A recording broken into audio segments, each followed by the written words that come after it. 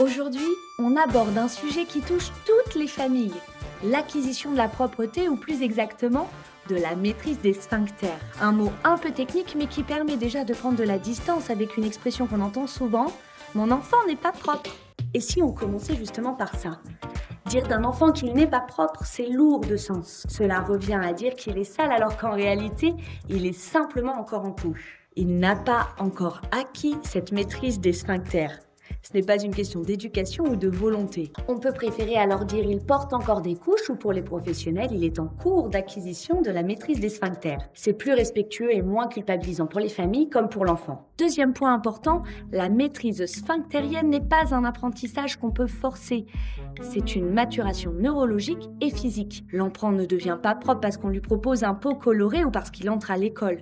Il le devient quand il est prêt, quand il perçoit ses sensations, les anticipe et choisit de les contrôler. Et cette étape arrive à des âges très variables.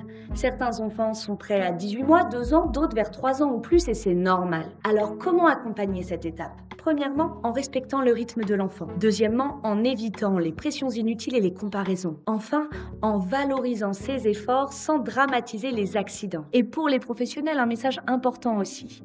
À l'école maternelle, on ne fait pas tous pipi à heure fixe et pas tous les uns à côté des autres. Certains enfants auront besoin d'y aller plusieurs fois.